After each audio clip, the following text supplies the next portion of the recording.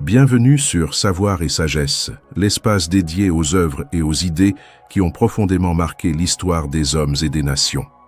Aujourd'hui, nous vous invitons à un voyage exceptionnel vers l'Asie du Sud-Est, à la découverte d'un livre puissant et profondément inspirant. Du tiers-monde au numéro 1, écrit par Lee Kuan Yew, le père fondateur et premier ministre de Singapour. Cet ouvrage retrace le parcours étonnant d'un petit pays sans ressources naturelles, longtemps considéré comme condamné à l'échec, et qui est pourtant devenu l'un des États les plus prospères, les plus organisés et les plus respectés du monde. Ce récit n'est pas une histoire de chance, mais une leçon de leadership, de vision, de discipline et de transformation collective. Je tiens à remercier chaleureusement les abonnés fidèles de la chaîne et tout particulièrement la personne qui m'a suggéré de résumer ce livre majeur. Grâce à cette recommandation, nous allons plonger dans l'un des témoignages politiques et humains les plus marquants du XXe siècle. Une histoire qui montre que la grandeur naît souvent dans les périodes de crise lorsque tout semble perdu. Installez-vous confortablement, ouvrez votre esprit et partons ensemble à la découverte de Lee Kuan Yew et de son rêve d'indépendance et de dignité nationale. Au cœur de l'Asie du Sud-Est existait autrefois une île minuscule, pauvre, sans ressources naturelles, sans terres agricoles et presque sans avenir. À ses débuts, Singapour ne possédait ni pétrole, ni or, ni vastes champs capables de nourrir sa population. Tout semblait indiquer que ce territoire serait condamné à la dépendance et à la pauvreté. Pourtant, en l'espace de quelques décennies, cette île est devenue l'un des pays les plus riches, les plus propres et les mieux organisés de la planète. Une transformation que certains ont qualifiée de miraculeuse, mais qui repose en réalité sur un travail méthodique, une discipline rigoureuse et une vision d'une clarté remarquable. Derrière cette ascension se trouve un homme, Lee Kuan Yew, un dirigeant à la fois respecté et redouté, qui a su transformer un rêve jugé impossible en un modèle mondial de réussite. Lorsqu'il prend les rênes du pays, Singapour vient tout juste d'être séparé de la Malaisie. Cette indépendance n'a rien d'un triomphe. Elle ressemble plutôt à une sanction. Sans armée, sans industrie, entouré de pays bien plus puissants, le jeune État semble extrêmement vulnérable. Les tensions ethniques sont fortes, les infrastructures quasiment inexistantes, et le chômage touche une grande partie de la population. Mais Lee Kuan Yew refuse de céder à la peur. Là où beaucoup voient une impasse, il perçoit une opportunité. Il comprend que Singapour ne pourra jamais compter sur les richesses du sol. Son véritable trésor devra être humain. Pour lui, la force d'une nation ne se trouve pas sous la terre, mais dans l'esprit, le caractère et la discipline de son peuple. La prospérité durable ne naît pas du hasard, mais d'une culture collective fondée sur la rigueur, la responsabilité et le travail. Il devient alors évident que la première bataille à mener est mentale. Il faut transformer les mentalités, créer une nouvelle manière de penser, instaurer une culture de l'effort, de l'ordre et du mérite. Chaque citoyen doit comprendre qu'il est à la fois responsable de sa propre vie et du destin national. Cette idée simple mais puissante devient la base du futur succès singapourien. Lee Kuan Yew ne souhaite pas copier aveuglément les modèles occidentaux. Il veut construire un système adapté à la réalité locale, fondé sur l'efficacité, le pragmatisme et une discipline sociale forte. Son message est clair. La réussite collective doit passer avant le confort individuel. Il est convaincu que la liberté sans responsabilité conduit au désordre et que la véritable indépendance se gagne par la maîtrise de soi, la rigueur morale et un effort constant. Sous sa direction, le gouvernement met en place une stratégie précise où chaque détail compte. L'éducation devient la priorité absolue. Il ne s'agit pas seulement d'apprendre à lire et à écrire, mais de former des esprits capables de réfléchir, de résoudre des problèmes, de s'adapter et de servir la société avec intégrité. Les écoles deviennent le cœur du projet national. Les enseignants sont valorisés comme des piliers de la nation, et les élèves apprennent non seulement des connaissances, mais aussi la discipline, la ponctualité, la propreté et le respect des règles. Peu à peu, le pays change. Les rues autrefois négligées deviennent propres. Les citoyens gagnent en fierté et en sens des responsabilités. L'État, par sa fermeté et sa transparence, inspire la confiance. Les investisseurs étrangers commencent à s'intéresser à Singapour, attirés par un environnement stable, clair et efficace. Des industries émergent, les infrastructures se développent, et l'île se transforme progressivement en un centre économique dynamique. Mais au-delà des chiffres et des performances économiques, la véritable victoire est morale. Singapour prouve qu'un pays peut être petit par la taille sans jamais penser petit. Tant qu'un peuple croit dans la valeur du travail, de l'éducation et de l'ordre, il peut dépasser toutes les limites. Comme le répétait souvent Lee Kuan Yew, la grandeur d'une nation ne dépend pas de son territoire, mais de la qualité de ses citoyens. En 1965, Singapour se retrouve brusquement seul. L'indépendance arrive comme une rupture brutale, presque un accident de l'histoire. La séparation avec la Malaisie n'est pas vécue comme une fête, mais comme un choc politique et émotionnel. Le jeune État n'a presque rien pour se défendre. Pas de ressources naturelles, pas d'armée solide, pas assez d'eau potable et aucune richesse évidente à exploiter. Son territoire est si petit qu'il ne permet pas de développer une agriculture capable de nourrir la population. L'économie repose surtout sur le port et quelques industries légères. Aux yeux du monde, Singapour n'est qu'un point sur la carte, un simple lieu de passage, sans avenir propre.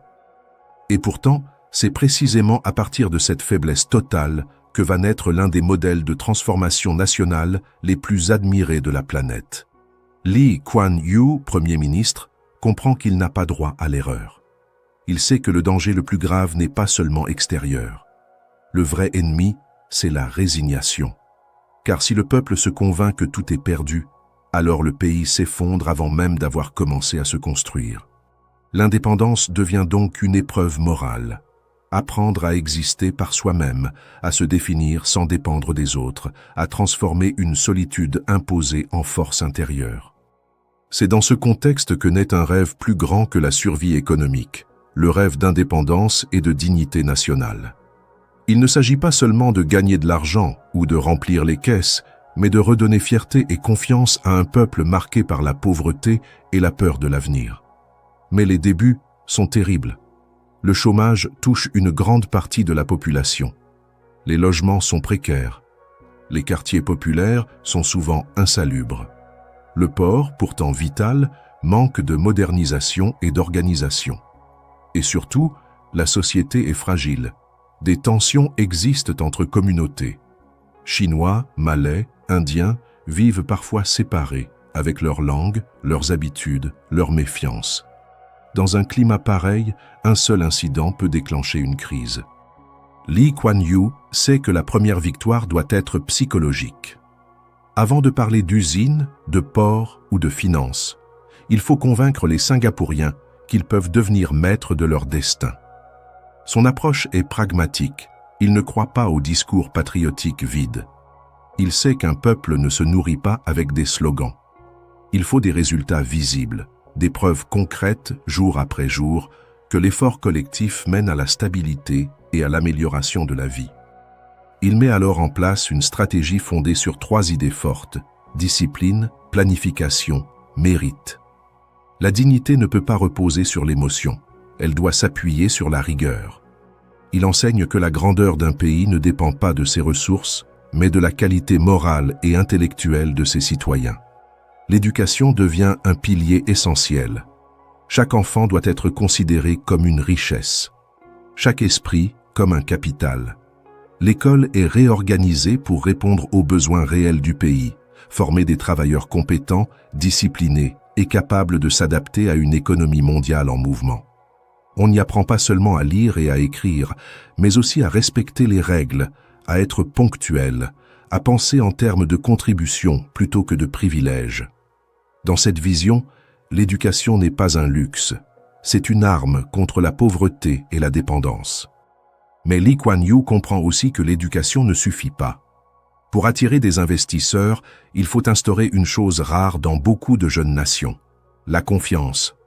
Et la confiance ne se décrète pas, elle se construit. Il impose donc un État efficace et transparent. Les fonctionnaires sont choisis pour leurs compétences, pas pour leurs relations. La corruption qui détruit tant de pays est combattue avec une fermeté totale.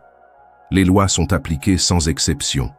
Simples citoyens ou hauts responsables, chacun doit rendre des comptes. Le message envoyé au monde est clair.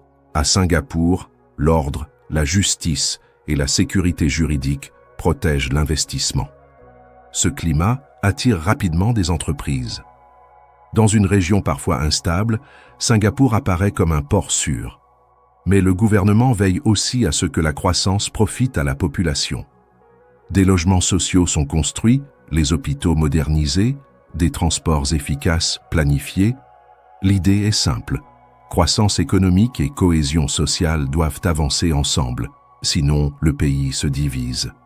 Peu à peu, le rêve de dignité devient réel. Singapour ne cherche plus seulement à survivre, mais à prospérer avec respect. Lee Kuan Yew ne se fait pourtant pas d'illusions. Il sait que discipline et réussite demandent des sacrifices. Il exige beaucoup de son peuple, parfois même plus qu'il n'est prêt à donner. Certaines libertés sont limitées au nom de la stabilité collective. La critique du gouvernement est encadrée, ce qui suscite des débats à l'étranger. Mais lui reste convaincu que chaque société doit trouver sa voie selon son contexte. Pour un pays aussi vulnérable, la discipline n'est pas une option, c'est une condition de survie. Nous ne pouvons pas nous offrir le luxe du désordre, répète-t-il souvent. Et cette philosophie, dure mais cohérente, permet d'éviter les divisions qui ont détruit tant d'autres nations nouvellement indépendantes. Son patriotisme est aussi particulier. Il n'est pas basé sur de grands discours émotionnels, mais sur le concret. Pour lui, aimer Singapour, c'est construire des institutions solides, lutter contre la corruption, rendre les services publics efficaces. Le vrai patriotisme se mesure à la propreté des rues, à la ponctualité des transports, au respect de la loi, à la qualité du travail. Et cette vision façonne une identité collective puissante. Une société qui choisit la rigueur plutôt que la plainte, l'effort plutôt que l'excuse, la performance plutôt que la complaisance. C'est ainsi que la transformation de Singapour devient aussi une transformation morale. Lee Kuan Yew veut modeler un état d'esprit collectif fondé sur 3 valeurs: discipline, mérite, responsabilité. Travailler sérieusement, être honnête, respecter les règles, ces gestes simples deviennent des piliers nationaux. Progressivement, les Singapouriens cessent de se voir comme des victimes de leur histoire et commencent à se voir comme les acteurs de leur renaissance. Et c'est là qu'on comprend pourquoi Lee Kuan Yew ouvre un nouveau front, peut-être le plus décisif. La guerre contre la corruption, mais aussi contre la médiocrité. Car pour lui, la richesse d'un pays ne dépend pas seulement des ressources ou de la géographie. Elle dépend d'abord de l'intégrité de ses institutions et du niveau moral de ceux qui servent l'État. Sans droiture, aucun progrès durable ne tient. Et sans exigence, une nation finit toujours par reculer. Lorsque Lee Kuan Yew prend pleinement conscience de l'état réel de Singapour, il comprend que la corruption et la médiocrité représentent une menace aussi grave que la pauvreté elle-même. Pour lui, un pays ne peut pas se développer durablement si ses institutions sont affaiblies de l'intérieur. La richesse ne repose pas seulement sur l'économie ou la géographie, mais sur l'intégrité morale de ceux qui gouvernent et servent l'État. Sans discipline éthique, tout progrès finit par s'effondrer. Il décide alors de mener un combat frontal, sans compromis, contre ces 2 poisons silencieux. À cette époque, la corruption est largement répandue. Elle n'est pas perçue comme une anomalie, mais comme une habitude. Les pots de vin circulent, les décisions s'achètent, et beaucoup considèrent ces pratiques comme normales, voire nécessaires pour survivre. Lee Kuan Yew y voit un danger mortel. Il est convaincu que si Singapour accepte cette dérive, elle restera enfermée dans la dépendance et le sous-développement. Il tranche donc sans hésiter, il n'y aura aucune tolérance. Aucun statut, aucune fonction, aucun lien personnel ne pourra protéger un coupable. Il met en place un système strict où chaque fonctionnaire, du plus modeste au plus élevé, doit rendre des comptes. Les lois sont appliquées sans distinction. Les enquêtes sont menées jusqu'au bout. Les sanctions tombent, parfois sévères, mais toujours claires. Pour réduire les tentations, il décide également d'aligner les salaires de certains hauts responsables sur ceux du secteur privé. Mais en échange, l'exigence d'honnêteté devient absolue. Celui qui trahit la confiance publique est exclu, parfois emprisonné. Ce message est volontairement fort. Servir l'État est un honneur, pas une opportunité d'enrichissement personnel. Cette politique choque certains observateurs étrangers. Elle est jugée dure, autoritaire, excessive. Mais à Singapour, elle produit un effet profond. Les citoyens commencent à comprendre que la justice n'est pas un mot vide, mais une réalité concrète. Ils voient que l'effort honnête peut être récompensé, que le mérite a un sens et que la loi protège réellement l'intérêt collectif. Peu à peu, la confiance s'installe entre le peuple et l'État. Et cette confiance devient l'un des piliers invisibles de la prospérité future. Pour Lee Kuan Yew, la corruption ne détruit pas seulement l'économie. Elle détruit l'âme d'un peuple. Lorsqu'un citoyen pense que le travail ne sert à rien, que tout dépend des relations ou de la triche, alors une culture de résignation s'installe. Il devient inutile de faire des efforts, inutile d'être honnête. Le pays se vide de son énergie morale. C'est précisément ce qu'il veut éviter. Il veut bâtir un État méritocratique où chacun avance selon sa compétence, son engagement et sa rigueur. Cette exigence s'étend naturellement à la lutte contre la médiocrité. Pour Lee Kuan Yew, la médiocrité est une autre forme de corruption, plus discrète mais tout aussi dangereuse. Elle se manifeste par le laxisme, l'improvisation, le refus de s'améliorer, l'acceptation du minimum. Il considère ces attitudes comme des trahisons envers la nation. Dans un pays aussi petit et vulnérable que Singapour, personne ne peut se permettre de faire son travail à moitié. Il exige donc une culture de l'excellence à tous les niveaux. L'enseignant doit enseigner avec sérieux. Le médecin doit soigner avec conscience. Le fonctionnaire doit servir avec rigueur. Le dirigeant doit penser à long terme. Chacun, quel que soit son poste, est un acteur du développement national. Cette vision transforme profondément la mentalité collective. Le travail n'est plus seulement une source de revenus, mais une contribution au destin commun. Cette rigueur ne repose pas uniquement sur la peur de la sanction. Elle s'appuie aussi sur la fierté. Lee Kuan Yew veut que les Singapouriens soient fiers de bien faire leur travail, fiers de leur efficacité, fiers de leur discipline. Il répète souvent qu'un peuple discipliné n'est pas un peuple écrasé, mais un peuple qui se respecte. Pour lui, la liberté n'a de valeur que si elle s'accompagne de responsabilités. Offrir des droits sans devoir mène au désordre. Construire une société stable exige un équilibre entre liberté individuelle et obligation collective. Progressivement, cette culture de rigueur transforme le pays. Les institutions deviennent rapides, fiables, respectées. Les investisseurs étrangers, attirés par cette stabilité rare, affluent. Ils savent que leurs capitaux sont protégés, que les règles sont claires et que l'administration fonctionne. Mais au-delà de l'économie, c'est un changement plus profond qui s'opère. Les citoyens commencent à croire en leur pays. Ils sentent que leurs efforts comptent, que leur discipline produit des résultats visibles. Lee Kuan Yew voit dans cette confiance mutuelle le fondement d'une nation forte. Un gouvernement ferme mais juste, un peuple discipliné mais digne. Une société où la réussite n'est pas réservée à une élite, mais accessible à ceux qui travaillent sérieusement. Cette transformation morale devient la base de tout le reste. Sans elle, ni l'économie, ni l'éducation, ni la diplomatie n'auraient pu tenir sur la durée.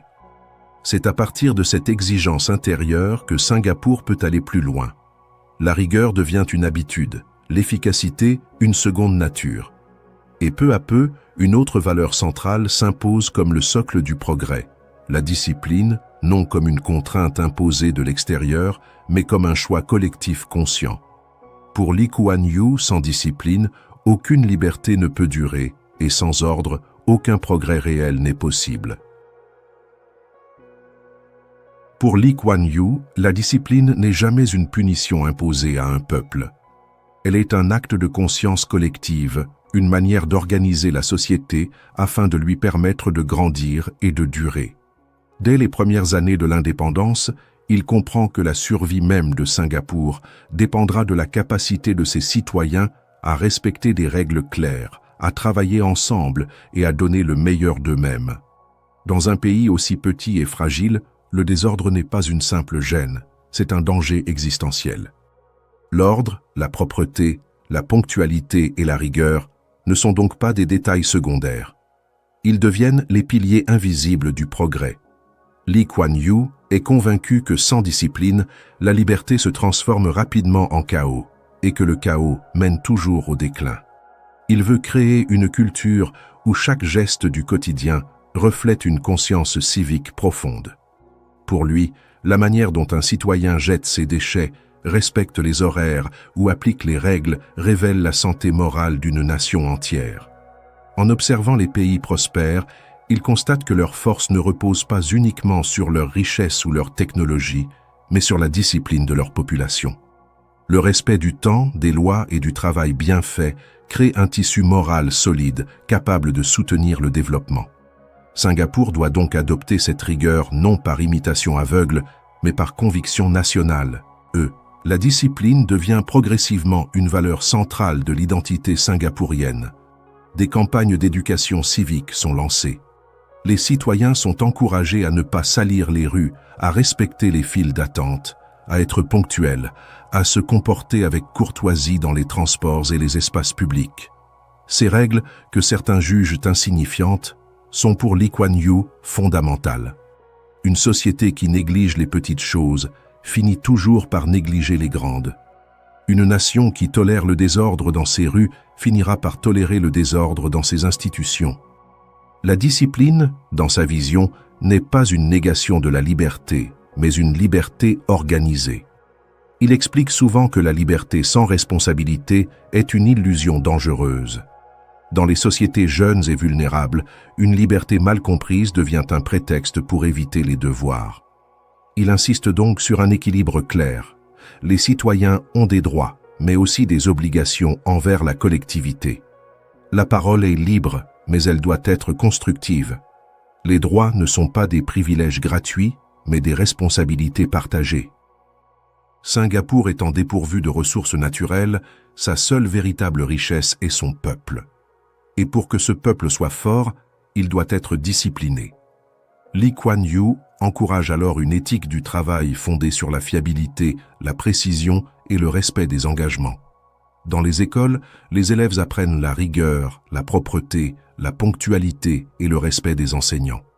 Dans les entreprises, le sérieux et la performance sont valorisés. Peu à peu, ces habitudes créent une culture nationale de l'excellence. La propreté publique devient un symbole fort. Alors que de nombreuses villes de la région souffrent de négligence et de pollution, Singapour se distingue par son ordre et sa netteté. Ce n'est pas le fruit du hasard, mais le résultat d'une vision claire. Lee Kuan Yew veut que chaque citoyen ressente de la fierté en vivant dans un environnement propre et bien organisé. Pour lui, respecter l'espace public, c'est se respecter soi-même. La discipline s'étend aussi à la gestion du temps. La ponctualité est élevée au rang de valeur morale.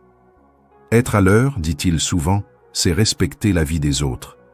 Un pays qui gaspille son temps gaspille son avenir. Cette idée devient une règle implicite de la société. Les réunions commencent à l'heure, les transports sont réglés avec précision, l'administration fonctionne rapidement. Cette fiabilité transforme Singapour en un pays où l'on peut faire confiance au système. Lee Kuan Yew tient à préciser que la rigueur n'est pas synonyme de rigidité. Il ne cherche pas à créer une société figée, mais une société structurée. L'ordre est, selon lui, le cadre nécessaire à la créativité, à l'innovation et à la liberté réelle. Il répète souvent que l'ordre précède toujours le progrès. Sans base solide, aucune ambition ne peut tenir dans le temps. Il compare la discipline nationale à une colonne vertébrale, invisible, mais indispensable. Sans elle, tout s'effondre. Cette vision s'appuie sur une compréhension réaliste de la nature humaine. Livré à lui-même, l'homme est tenté par la facilité, la distraction et la paresse. Un bon gouvernement doit donc aider les citoyens à résister à ces dérives, non par la peur, mais par l'éducation et l'exemple. Les dirigeants doivent incarner la discipline qu'ils exigent. Un responsable négligent ou en retard envoie un message destructeur. La responsabilité des élites est immense. Montrer la voie par la cohérence entre les paroles et les actes. Au fil des années, cette exigence forge une identité singapourienne unique. Le monde commence à remarquer la précision avec laquelle la cité-État fonctionne. Des rues propres, des infrastructures fiables, une administration efficace, des citoyens disciplinés. Certains y voient une rigueur excessive. Mais pour les Singapouriens, c'est une fierté nationale. Le signe d'une société qui a choisi la maîtrise plutôt que le désordre. Cette discipline devient un avantage économique majeur. Les entreprises étrangères savent qu'en investissant à Singapour, elles trouveront un environnement stable, prévisible et efficace. Lee Kuan Yew n'impose pas la rigueur par la terreur, mais par la conviction profonde que sans discipline, la liberté devient stérile. Une société indisciplinée passe son temps à corriger ses propres erreurs. Une société disciplinée peut concentrer son énergie sur la croissance, l'éducation et l'innovation. Ainsi, la discipline à Singapour dépasse le cadre politique. Elle devient une culture du progrès. Elle enseigne que la prospérité ne tombe pas du ciel, mais se construit dans la constance, le respect des règles et le sérieux du travail. Elle transforme un peuple divers et fragile en une communauté unie autour d'un idéal commun, faire de Singapour un modèle d'efficacité et de dignité. Lorsque l'on parle aujourd'hui du miracle singapourien, Lee Kuan Yew rejette ce terme. Pour lui, il n'y a aucun miracle. Il n'y a que la volonté collective, la rigueur quotidienne et la discipline partagée. Il a prouvé qu'un peuple ordonné et conscient de ses responsabilités peut accomplir en quelques décennies ce que d'autres nations ne parviennent pas à réaliser en un siècle. La discipline est devenue la signature morale de Singapour, un pays petit par sa taille, mais immense par sa maîtrise. Pour Lee Kuan Yew, la véritable richesse d'un pays ne se trouve ni dans ses mines, ni dans son pétrole, ni dans l'étendue de ses terres. Elle se trouve dans l'intelligence et le caractère de sa population. Lorsqu'il observe Singapour dans les années 60, il voit un territoire sans ressources naturelles, sans matières premières et sans avantages évidents. Mais il voit aussi un potentiel immense, des hommes et des femmes capables d'apprendre, de s'adapter et de se transformer. C'est cette conviction qui le pousse à placer l'éducation au centre absolu du projet national. Pour lui, éduquer un peuple, ce n'est pas seulement transmettre des connaissances. C'est donner à chacun la capacité de comprendre le monde, d'y trouver sa place et de participer activement à sa construction. Il répète souvent que les nations ne se bâtissent pas avec des pierres ou des bâtiments, mais avec des hommes et des femmes bien formés. Dès les premières années de son gouvernement, l'école devient donc le pilier du développement de Singapour. Il ne s'agit pas simplement d'enseigner à lire et à écrire, mais de former des citoyens disciplinés, responsables et conscients de leur rôle dans la société. Lee Kuan Yew comprend très tôt que dans un monde en pleine transformation, dominé par la technologie, le commerce international et la concurrence mondiale, Singapour ne pourra survivre qu'en produisant des compétences plutôt que des matières premières. L'éducation doit être adaptée aux besoins réels du pays. Elle doit former des esprits rigoureux, capables d'innover, de résoudre des problèmes concrets et de travailler avec sérieux.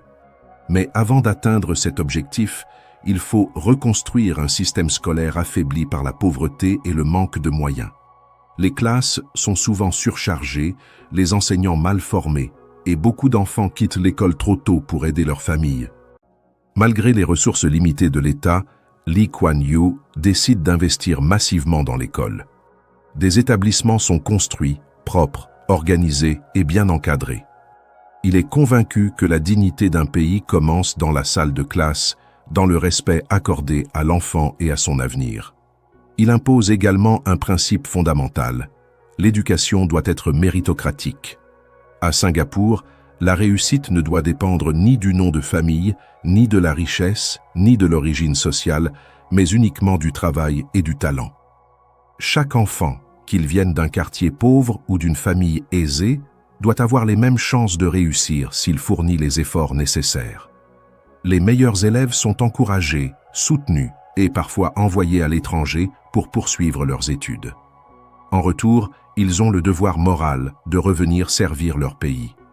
Non par obligation forcée, mais par reconnaissance et sens du devoir.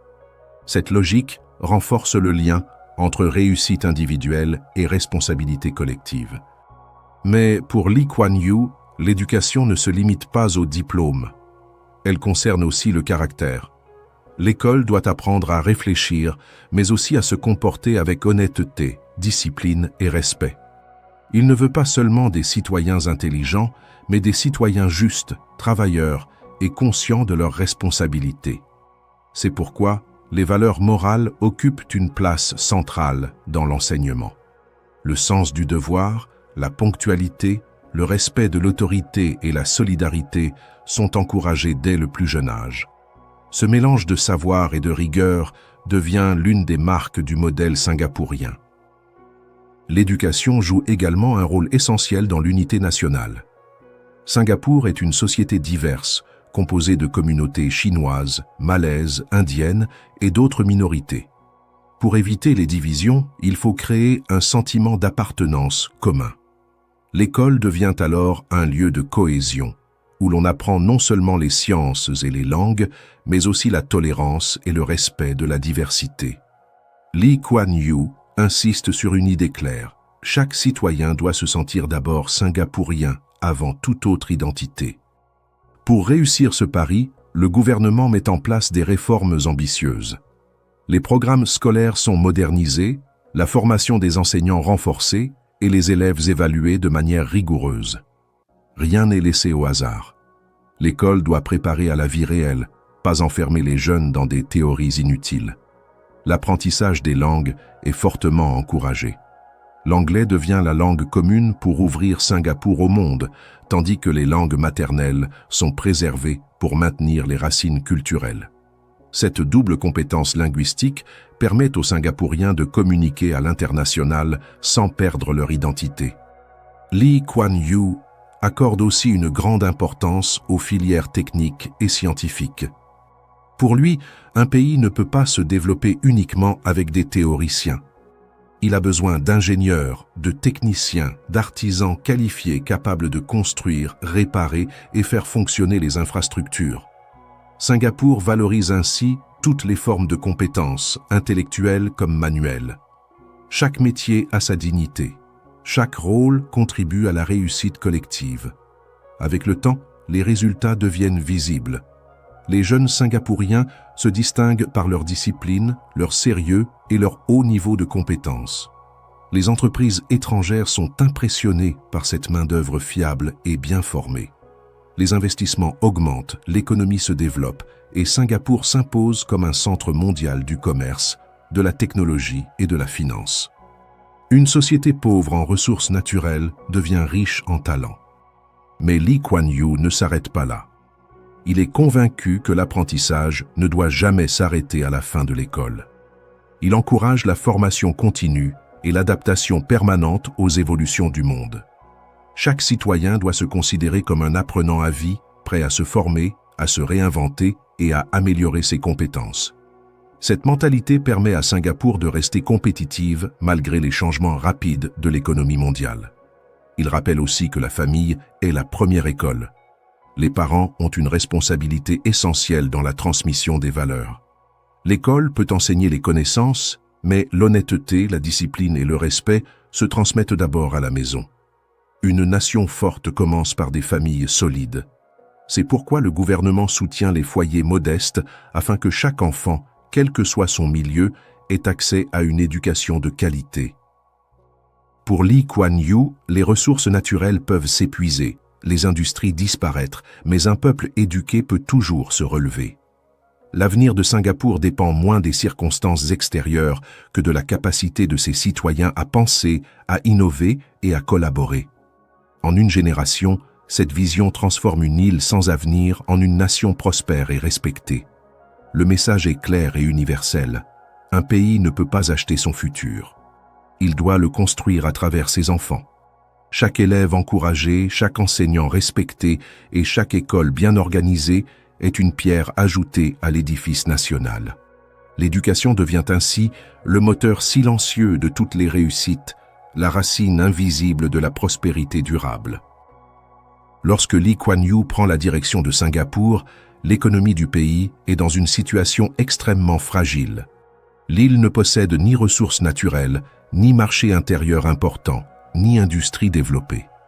Beaucoup considèrent alors Singapour comme un territoire sans avenir économique, condamné à dépendre des autres. Pourtant, Lee Kuan Yew voit cette faiblesse comme une opportunité. Là où certains voient un vide, lui voit un espace à construire. Il comprend que l'absence de richesse naturelle oblige à inventer un modèle nouveau, fondé non pas sur ce que la nature offre, mais sur ce que l'intelligence humaine peut créer. Son idée de départ est simple mais audacieuse. Singapour doit s'ouvrir au monde. À une époque où de nombreux pays en développement choisissent la fermeture économique par peur de l'exploitation étrangère, Lee Kuan Yew adopte la stratégie inverse. Pour lui, l'indépendance ne signifie pas l'isolement, mais la capacité à coopérer intelligemment avec les autres nations. Il décide donc d'attirer les investissements étrangers tout en gardant un contrôle strict sur les orientations stratégiques du pays. Cette ouverture calculée devient l'un des piliers de la transformation économique de Singapour. Pour réussir, il faut avant tout instaurer la confiance. Les investisseurs internationaux doivent être convaincus que Singapour est un lieu sûr pour leur argent. Cela implique une stabilité politique forte, un système juridique fiable et une administration efficace. Lee Kuan Yew sait que les entreprises ne cherchent pas seulement des coûts bas, mais surtout de la prévisibilité et de la sécurité. C'est pourquoi il place la lutte contre la corruption et la rigueur administrative au cœur de sa politique économique. À Singapour, chaque décision est pensée, planifiée et évaluée avec précision. Très rapidement, les premiers résultats apparaissent. Des entreprises japonaises, américaines et européennes commencent à s'installer sur l'île. Elles sont attirées par la discipline de la population, la transparence du gouvernement et la qualité des infrastructures. Le pays développe des zones industrielles modernes, avec des routes efficaces, des ports performants et des installations énergétiques fiables. Rien n'est laissé au hasard. Pour Lee Kuan Yew, l'économie doit fonctionner comme une machine bien réglée, où chaque élément joue son rôle avec précision. Mais attirer des capitaux ne suffit pas. Il faut aussi transformer la population en une force productive de haut niveau. Le gouvernement met alors en place une politique de formation étroitement liée aux besoins du marché.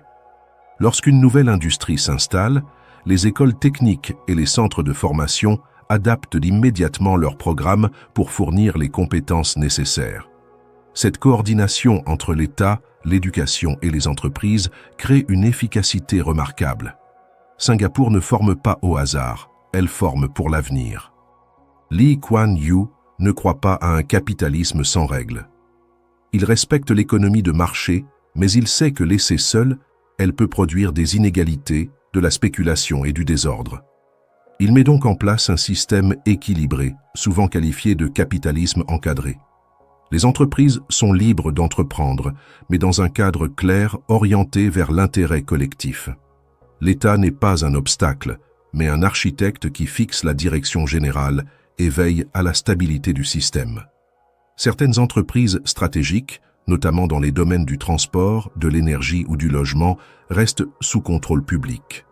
Cela permet d'éviter les excès et de garantir que le développement profite à l'ensemble de la population. Le but n'est pas d'enrichir une élite, mais d'élever le niveau de vie de toute la nation. Cette approche pragmatique distingue Singapour de nombreux autres pays en développement, souvent prisonniers de choix idéologiques rigides. Un autre élément clé de la réussite économique est la vision à long terme. Lee Kuan Yew ne gouverne pas pour les prochaines élections, mais pour les prochaines générations. Chaque politique publique est pensée sur plusieurs décennies. Le logement, l'éducation, les transports, l'environnement, tout s'inscrit dans une stratégie cohérente.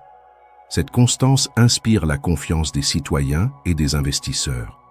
Singapour devient un pays où l'on sait que les règles ne changeront pas brutalement du jour au lendemain. La position géographique de Singapour est également exploitée avec intelligence. Située au carrefour des grandes routes maritimes entre l'Asie, l'Europe et l'Amérique, l'île devient une plateforme majeure du commerce mondial. Le port de Singapour est modernisé, sécurisé et géré avec une efficacité exceptionnelle. Les navires y trouvent rapidité, fiabilité et qualité de service. Ce succès logistique renforce encore l'attractivité du pays et crée un cercle vertueux de croissance. Mais Lee Kuan Yew comprend que le commerce ne suffit pas. Une économie solide doit être diversifiée. Singapour investit donc dans l'industrie manufacturière, l'électronique, la finance et plus tard les technologies de l'information. Le pays devient un centre mondial de production et d'innovation capable de rivaliser avec des nations bien plus grandes. Cette transformation rapide n'est pas le fruit du hasard, mais celui d'une stratégie exécutée avec rigueur et discipline. Contrairement à de nombreux pays confrontés à une croissance déséquilibrée, Singapour maintient une stabilité remarquable. L'inflation est maîtrisée, les infrastructures suivent le rythme du développement et les inégalités sont limitées par des politiques sociales efficaces. Le gouvernement ajuste constamment ses décisions en fonction des résultats obtenus. Ce pragmatisme permet d'éviter les erreurs coûteuses et de corriger rapidement les écarts. Pour Lee Kuan Yew, l'économie n'est pas une fin en soi. Elle n'a de valeur que si elle améliore la dignité de la population. Le travail n'est pas une simple source de revenus, mais une contribution à la réussite collective. Chaque citoyen, qu'il soit ouvrier, fonctionnaire ou entrepreneur, est encouragé à voir son activité comme un service rendu à la nation. Cette mentalité transforme la culture du travail et renforce le sentiment d'appartenance. À mesure que l'économie se développe, le niveau de vie augmente. Le gouvernement met en place des politiques de logement accessibles, permettant à une large majorité de citoyens de devenir propriétaires. Cette stabilité sociale renforce la classe moyenne et crée une base solide pour un développement durable. La prospérité n'est pas réservée à quelques-uns, elle devient un projet collectif. L'urbanisme joue également un rôle central. Lee Kuan Yew est convaincu que la croissance doit s'accompagner d'un environnement propre, organisé et agréable à vivre. Les villes sont pensées avec soin, intégrant espaces verts, transports efficaces et infrastructures modernes. L'ordre visible des rues reflète l'ordre intérieur de la société. Ce cadre de vie renforce la discipline collective et la fierté nationale. La confiance entre l'État et les citoyens est l'un des piliers de ce modèle. Les Singapouriens savent que leur gouvernement, même strict, agit dans l'intérêt général. Cette confiance permet d'accepter des décisions parfois difficiles à court terme, mais bénéfiques sur le long terme. Les résultats concrets en matière d'emploi, de sécurité et de prospérité renforcent cette relation. En quelques décennies, Singapour passe du statut de port pauvre à celui d'économie dynamique et respectée. Des dirigeants du monde entier viennent étudier ce modèle, cherchant à comprendre comment un si petit pays a pu accomplir une telle transformation. La réponse de Lee Kuan Yew reste toujours la même: discipline, intégrité, planification et travail collectif. Il insiste cependant sur un point essentiel: la richesse matérielle n'a de sens que si elle élève le niveau moral et intellectuel du peuple. Le luxe excessif, la spéculation et la paresse sont découragés. La prospérité doit rester équilibrée, fondée sur le mérite, la justice et la responsabilité. Singapour ne cherche pas à briller par l'excès, mais par la cohérence. Ainsi, l'économie de la transformation n'est pas seulement une réussite financière. C'est une philosophie du développement. Celle d'un pays qui refuse la fatalité, qui choisit la stratégie plutôt que l'improvisation et qui démontre que même les nations les plus petites peuvent devenir grandes si elles pensent avec clarté et agissent avec discipline. Singapour n'a pas attendu la chance. Elle l'a construite pas à pas, avec méthode et détermination. Lorsque Singapour accède à l'indépendance, le pays est loin d'être homogène. Il rassemble sur un territoire minuscule des populations d'origine, de langues et de religions différentes. Chinois, Malais, Indiens et Eurasiens vivent côte à côte, souvent séparés par l'histoire coloniale, les traditions et les tensions communautaires. Beaucoup d'observateurs étrangers pensent alors que cette diversité condamnera Singapour à l'instabilité permanente. Pour eux, un pays aussi fragmenté ne peut pas rester uni. Mais Lee Kuan Yew voit les choses autrement. Il ne considère pas la diversité comme une faiblesse, mais comme une réalité à organiser intelligemment. Pour lui, le multiculturalisme ne peut pas fonctionner s'il repose uniquement sur des discours de tolérance ou des slogans politiques. Il doit être structuré par des règles claires, justes et appliquées à tous. La première décision fondamentale est donc de placer la nation au-dessus des communautés. L'appartenance ethnique ou religieuse ne doit jamais primer sur l'identité nationale. À Singapour, ce qui définit un citoyen, ce n'est pas son origine, mais son engagement envers le pays, son travail et son respect des règles communes. Lee Kuan Yew comprend très tôt qu'un État qui favorise une communauté au détriment des autres se condamne lui-même. Il impose donc une neutralité totale des institutions publiques. Les écoles, l'administration, la police et la justice doivent fonctionner sans aucune distinction ethnique ou religieuse. Les postes sont attribués sur la base du mérite, jamais sur celle de l'origine. Cette impartialité rigoureuse envoie un message clair. À Singapour, chacun a sa place, mais personne n'est au-dessus des règles. Cette neutralité ne signifie pas l'effacement des cultures. Au contraire, Lee Kuan Yew encourage chaque communauté à préserver sa langue, ses traditions et sa religion. Mais il fixe une limite claire. Aucune identité particulière ne doit menacer l'unité nationale. La diversité est acceptée tant qu'elle s'inscrit dans un cadre commun. Cette approche permet d'éviter deux extrêmes, l'assimilation forcée d'un côté et le communautarisme conflictuel de l'autre. L'école joue un rôle central dans cette construction. Dès le plus jeune âge, les enfants apprennent à vivre ensemble, à respecter les différences et à communiquer au-delà des barrières culturelles.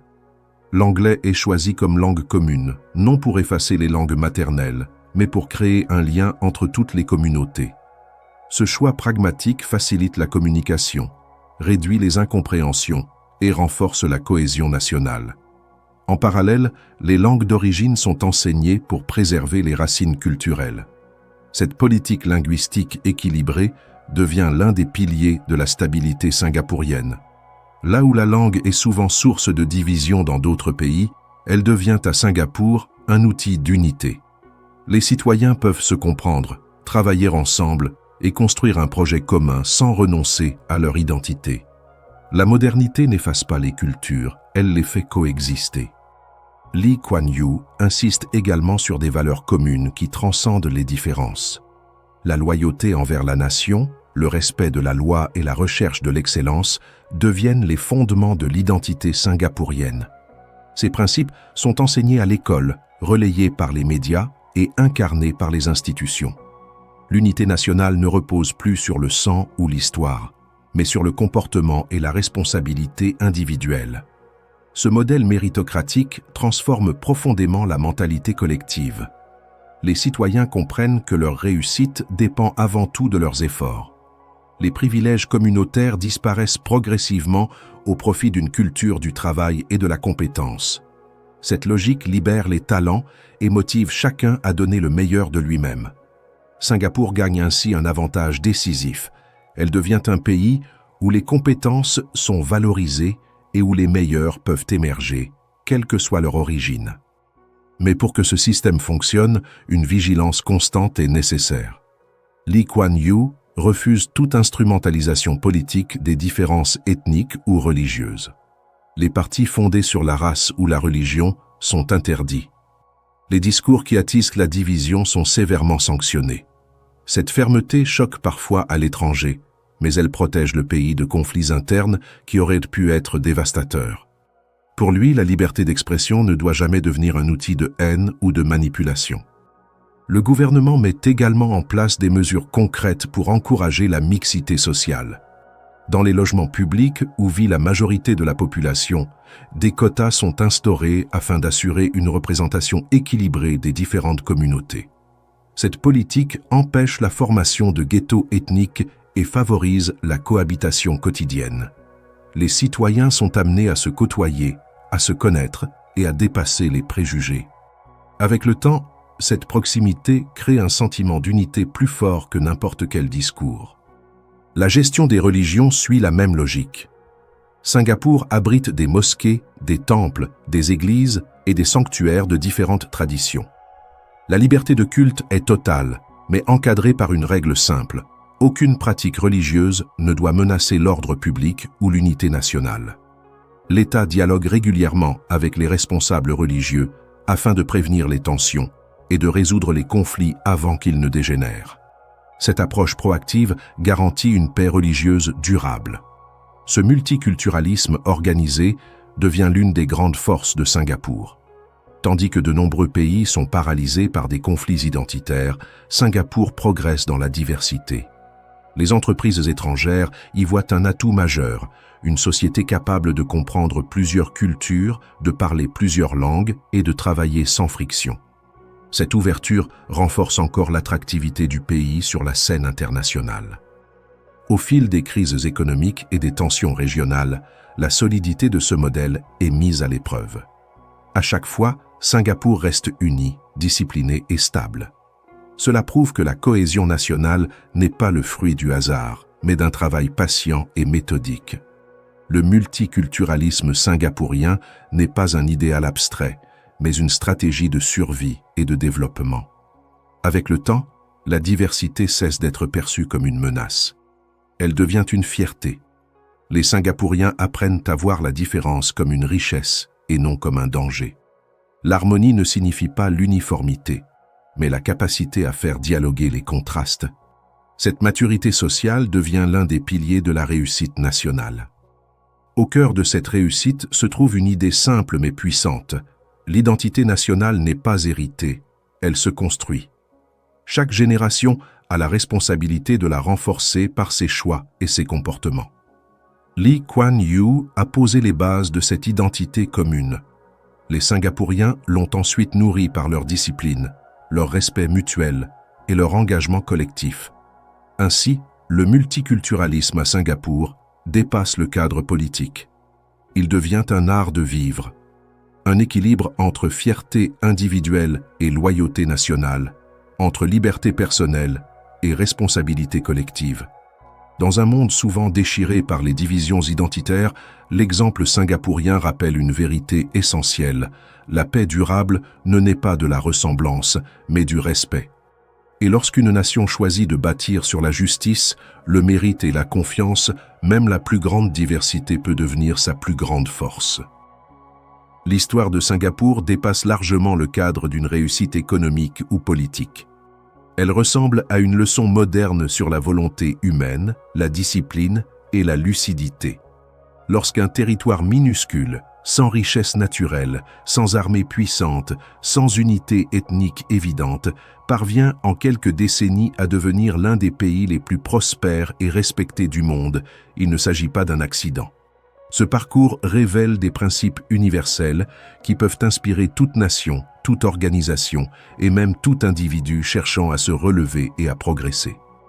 La première leçon est simple mais fondamentale. La taille d'un pays ou la richesse de son sol ne détermine pas son destin. Beaucoup de sociétés expliquent leur stagnation par des excuses extérieures, le manque de ressources, le passé colonial, une position géographique défavorable ou la corruption héritée. Singapour cumulait presque tous ces handicaps à sa naissance. Pourtant, elle a choisi de ne pas se définir par ce qui lui manquait, mais par ce qu'elle pouvait construire. Lee Kuan Yew a appris à son peuple qu'un pays ne se mesure pas à ce qu'il possède, mais à la manière dont il utilise ce qu'il a. Chaque contrainte est devenue un moteur d'innovation, chaque faiblesse une source de créativité. La deuxième leçon concerne le leadership. Aucun progrès durable n'est possible sans des dirigeants lucides, courageux et responsables. Lee Kuan Yew n'a jamais cherché à plaire à tout le monde. Il a cherché à bâtir quelque chose de solide. Il savait qu'un véritable leader doit parfois prendre des décisions difficiles, voire impopulaires, pour protéger l'intérêt collectif. Il a imposé la discipline, la transparence et la rigueur, même lorsque cela allait à l'encontre de certains intérêts particuliers.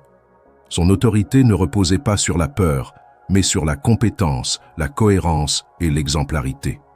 Cette leçon s'applique partout. Diriger ne consiste pas à flatter, mais à construire. Une autre leçon majeure réside dans la rigueur morale et intellectuelle. Singapour a fondé sa réussite sur des valeurs simples mais exigeantes: le travail bien fait, la ponctualité, la responsabilité individuelle et le respect des règles. Dans une société où chacun se sent responsable du destin collectif, les transformations profondes deviennent possibles. Pour Lee Kuan Yew, la liberté n'était pas l'absence de règles, mais la capacité de se discipliner pour le bien commun. Cette vision a permis au pays de rester stable même dans les périodes de crise. La planification à long terme est également au cœur du modèle singapourien. Alors que beaucoup de gouvernements se concentrent sur des résultats immédiats, Lee Kuan Yew pensait en décennies. Chaque décision était évaluée à travers une question simple: quel avenir voulons-nous pour les générations futures? Cette vision à long terme a guidé les politiques publiques dans tous les domaines, de l'éducation à l'économie, du logement à la diplomatie. Rien n'était improvisé. Cette constance stratégique a permis à Singapour de croître sans perdre sa direction. Mais la leçon la plus profonde de Singapour est peut-être celle-ci: le progrès matériel ne suffit pas. La richesse n'a de sens que si elle sert à bâtir une société juste, équilibrée et harmonieuse. Lee Kuan Yew voulait un pays où chaque citoyen, quelle que soit son origine, puisse avoir les mêmes chances de réussir. Il a combattu les divisions ethniques et religieuses en instaurant un principe central: le mérite. À Singapour, ce qui compte, ce n'est pas le nom, la religion ou la couleur de peau, mais l'effort, l'intégrité et la contribution à la nation. Cette philosophie repose aussi sur la neutralité et l'équité de l'État. Le gouvernement ne doit pas être un outil au service de quelques-uns, mais un arbitre juste au service de tous. À Singapour, l'administration est devenue un symbole d'efficacité et de compétence. Les fonctionnaires sont recrutés sur la base du mérite, formés avec exigence et tenus à une intégrité irréprochable. Cette approche a empêché la corruption de s'installer durablement et a renforcé la confiance entre l'État et les citoyens. Une autre leçon universelle est la primauté des résultats sur les discours. Beaucoup de pays promettent, débattent et planifient, mais peu exécutent avec rigueur. À Singapour, chaque réforme devait produire des résultats concrets et mesurables. Ce pragmatisme, parfois perçu comme froid, a été une force. Il a permis au pays d'avancer sans se perdre dans des querelles idéologiques. Cette culture de l'action peut inspirer toute société prête à privilégier l'efficacité sur les slogans. L'éducation occupe une place centrale dans cet héritage. Singapour n'a pas cherché à produire simplement des diplômés, mais des citoyens responsables, compétents et conscients de leur rôle. L'école a été conçue comme un lieu de formation du caractère autant que de l'intelligence. Les enseignants y sont respectés comme des bâtisseurs de la nation. Cette vision a produit des générations capables de s'adapter, d'innover et de contribuer au progrès collectif. Le modèle singapourien montre aussi qu'il est possible de s'ouvrir au monde sans perdre son identité.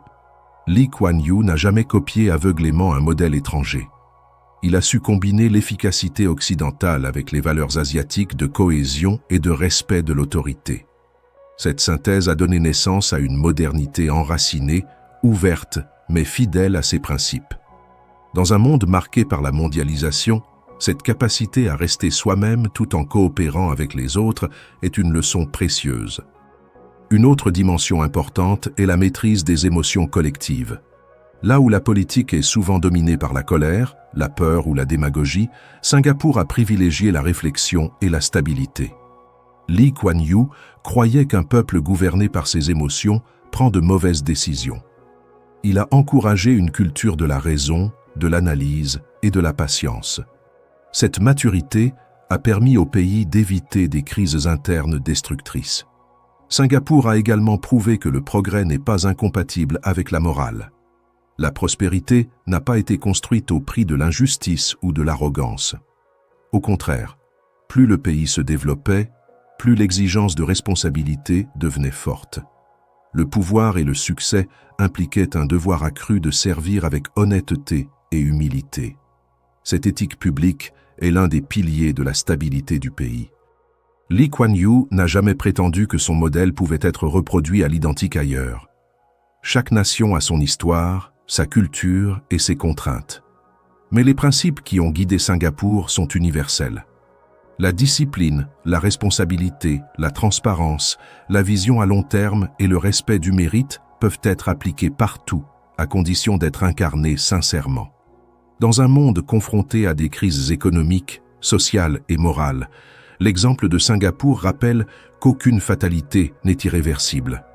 Un peuple peut se relever s'il choisit la lucidité plutôt que les excuses, l'effort plutôt que la plainte et la cohérence plutôt que l'improvisation. L'histoire de Singapour n'est pas seulement celle d'un pays, c'est celle d'une renaissance humaine. La leçon finale est claire. Le véritable miracle n'est pas économique, il est moral. C'est la capacité d'une société à se discipliner, à se respecter et à croire en la valeur de l'effort. Singapour montre que lorsqu'un peuple refuse la résignation et agit avec constance, même les rêves les plus improbables peuvent devenir réalité. Et c'est cette vérité intemporelle qui fait de son histoire une source d'inspiration pour le monde entier. L'histoire de Singapour n'est pas seulement celle d'un pays qui a réussi sur le plan économique. Elle est avant tout le récit d'un choix collectif. Celui de refuser la résignation, de ne pas céder à la facilité des excuses et de prendre en main son propre destin. À travers cette trajectoire, une vérité essentielle apparaît clairement. Le développement durable commence toujours par une transformation intérieure avant de devenir visible dans les infrastructures, les chiffres et les classements internationaux. Lee Kuan Yew a démontré qu'aucune nation n'est condamnée par sa taille, son passé ou le manque de ressources naturelles. Ce qui fait la différence, ce n'est pas ce que l'on possède, mais la manière dont on pense, dont on s'organise et dont on agit. Singapour a choisi de miser sur la discipline, l'éducation, l'intégrité et la responsabilité collective. Ces valeurs, appliquées avec constance, ont permis de bâtir une société stable, efficace et respectée. Cette réussite rappelle aussi que le progrès n'est jamais un accident. Il est le résultat d'une vision claire, d'un leadership lucide et d'un travail quotidien souvent invisible. Rien n'a été laissé au hasard. Chaque réforme, chaque décision, chaque effort individuel s'inscrivait dans une logique de long terme. Singapour n'a pas cherché à impressionner, mais à construire. Et c'est précisément cette patience stratégique qui a fait sa force. Mais au-delà des politiques publiques et des choix économiques, la plus grande transformation fut humaine. Un peuple autrefois fragile a appris à se voir comme acteur de son avenir. La discipline n'a pas été vécue comme une contrainte, mais comme une forme de respect de soi. L'éducation n'a pas été perçue comme un privilège, mais comme une responsabilité. Le travail n'a pas été réduit à une obligation, mais élevé au rang de contribution collective. L'exemple singapourien montre également que la prospérité n'a de sens que si elle s'accompagne de justice, de cohésion et de dignité. La richesse matérielle ne suffit pas à fonder une société solide. Sans valeurs claires, sans institutions intègres et sans citoyens responsables, le développement reste fragile. Singapour a compris que la vraie richesse d'un pays réside dans la qualité morale et intellectuelle de son peuple.